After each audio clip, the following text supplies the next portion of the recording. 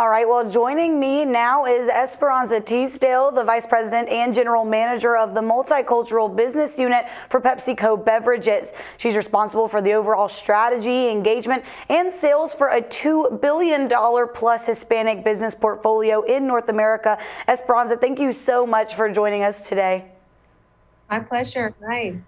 Yeah, well, you've worked in the corporate world for over 20 years. Can you tell us about your journey and specifically how you overcame any struggles that you faced and how you think that's paved the way for any young Latinas who want to follow in your footsteps? Yeah, thank you for the question. Yeah, so listen, I'm first generation born in the U.S. My mom was Ecuadorian, my dad was Colombian.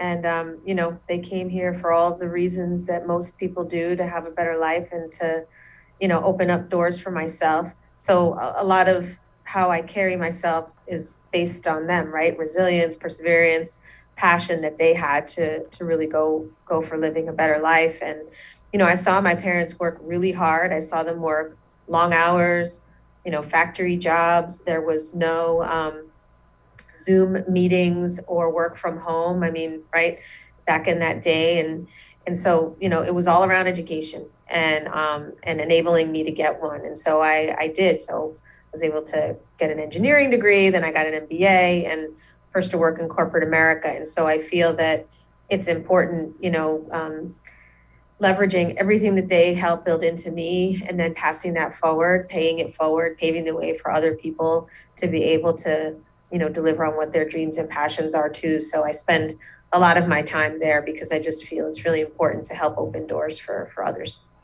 Right, and in that time, not only have you worked hard and done all this, 2022 Female Frontier Award winner, 2021 25 most powerful women list for people in Espanol. I mean, you're being recognized for these things, and you play an important role with PepsiCo as the head of that multicultural business unit. What are the biggest impacts that you want to make in the Latino and Hispanic communities, and how do you handle the pressure that you put on yourself to make, your expectations happen?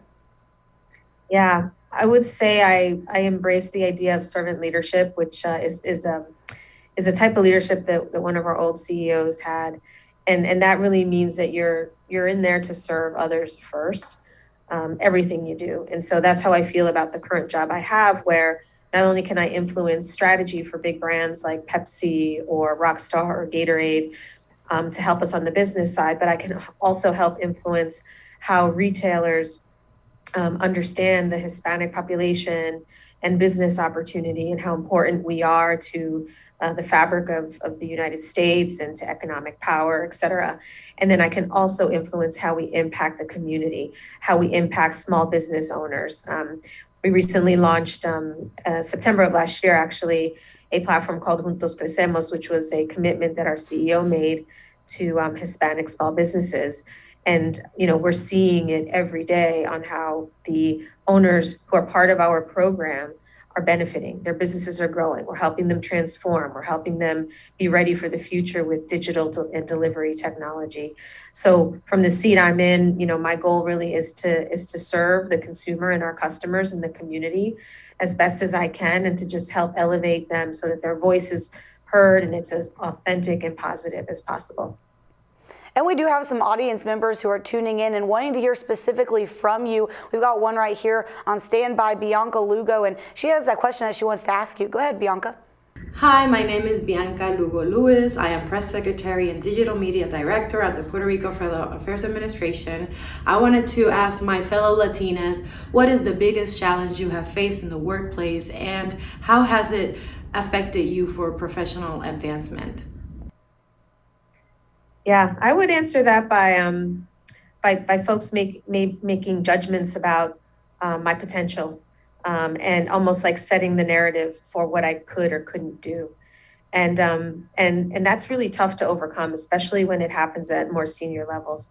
But what I found is that as you create a network and relationships that are authentic with other people, as you start to build your own board of directors, I'm going to call it, right, of people that you trust and people who really care about you and your growth, they then help provide opportunities, provide a seat at the table, provide access to maybe other resources and other senior executives to then start providing for then helping you create a better narrative for yourself.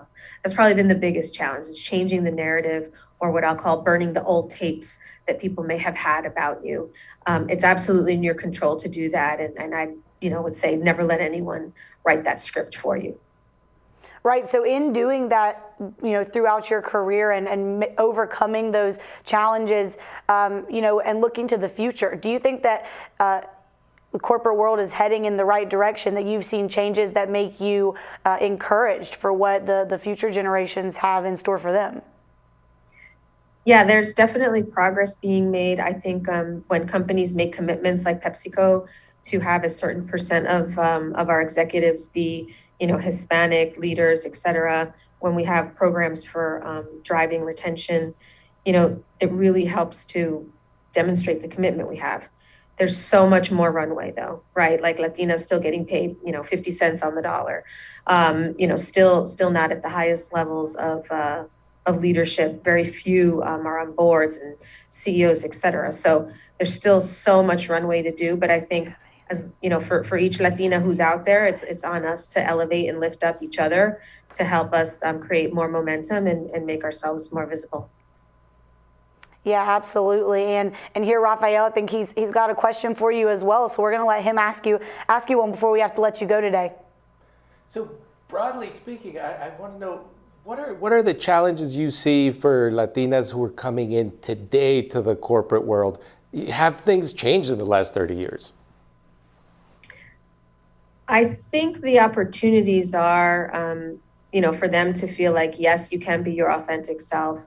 But also, how do you build agile skills? Because, culturally, different people are raised in different ways, but in general, right? Like there's a sense of, we've got those parents that showed us like, hey, do exactly what I said, or the chancleta comes out, you know what I mean? Like, don't question other people, right? Like, very, respectful and in your place, spoke when you're spoken to. Like, I think it's a matter of understanding that, to build your career, you have to be able to be agile and flex, understand your natural state, and then what is your adapted state when you're in front of other people, when you're talking about, selling in an idea or whatever it is on a project team, but really finding your voice and then utilizing it. And so I think the more and more, the generations come, or the more and more successes that Latinas see, the more that you see, if you see it, you can be it, right? And so when that confidence starts to get built, it's more of a movement now. And so I think it's important for us all to, like I said before, elevate each other.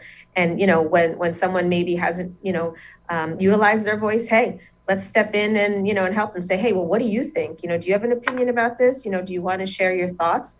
Open it up for someone else, invite them in, because once they do, then they'll realize that, yeah, they can contribute and should be confident and should be ready to go, for what's there for their future.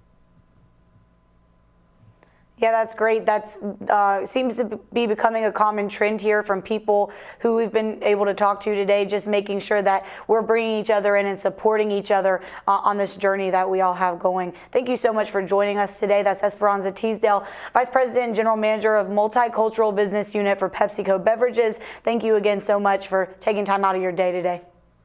Thank you. Have a good day.